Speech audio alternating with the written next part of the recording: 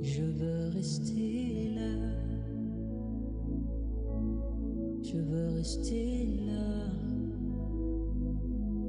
Je veux rester là.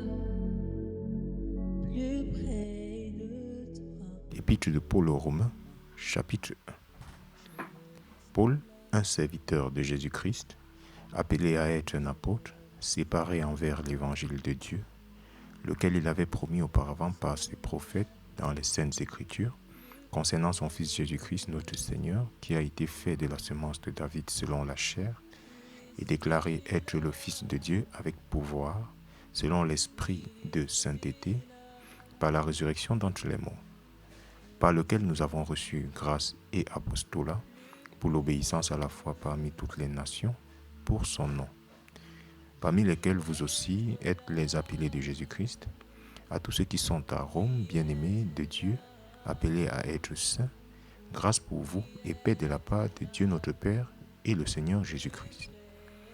Premièrement, je remercie Dieu par l'intermédiaire de Jésus-Christ pour vous tous, de ce que votre foi est renommée à travers le monde entier, car Dieu est mon témoin, lequel je sers avec mon esprit dans l'évangile de son Fils, que sans cesse je fais toujours mention de vous dans mes prières, faisant requête si enfin d'une quelconque manière, par la volonté de Dieu, je puisse effectuer un voyage prospère pour venir vers vous. Car j'ai grande envie de vous voir, afin que je puisse vous communiquer quelques dons spirituels,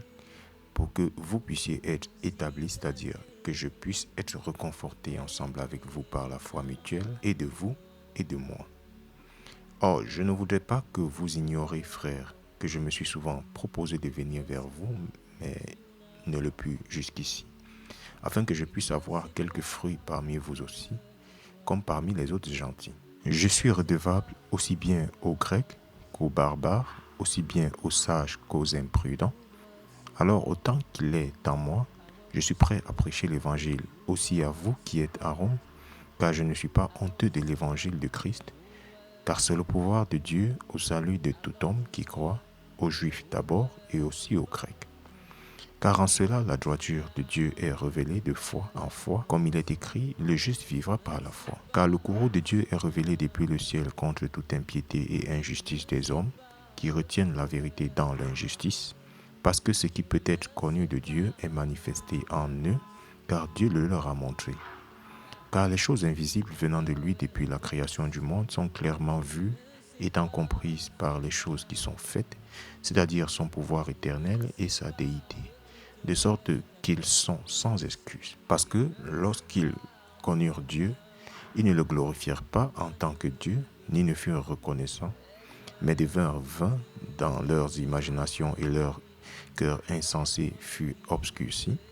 Professant être sages, ils devinrent insensés, échangèrent la gloire du Dieu incorruptible en une image faite semblable à l'homme corruptible, et aux oiseaux, et aux quadrupèdes, et aux animaux rampants. C'est pourquoi aussi Dieu les abandonna à l'impureté par les convoitises de leur propre cœur, pour déshonorer leur propre corps entre eux. Eux qui changèrent la vérité de Dieu en un mensonge, et adorèrent et servirent la créature davantage que le Créateur, qui est béni pour toujours. Amen.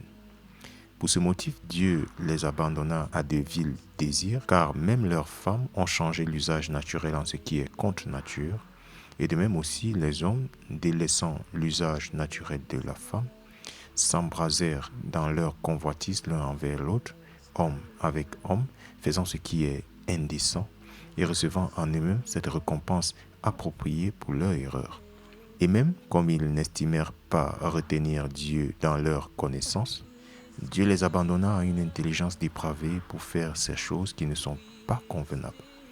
étant remplis de toute injustice, fornication, immoralité, convoitise, malice, plein d'envie, de meurtre,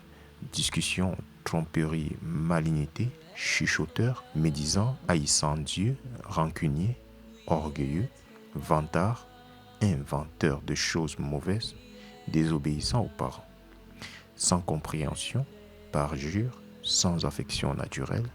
implacables, impitoyables,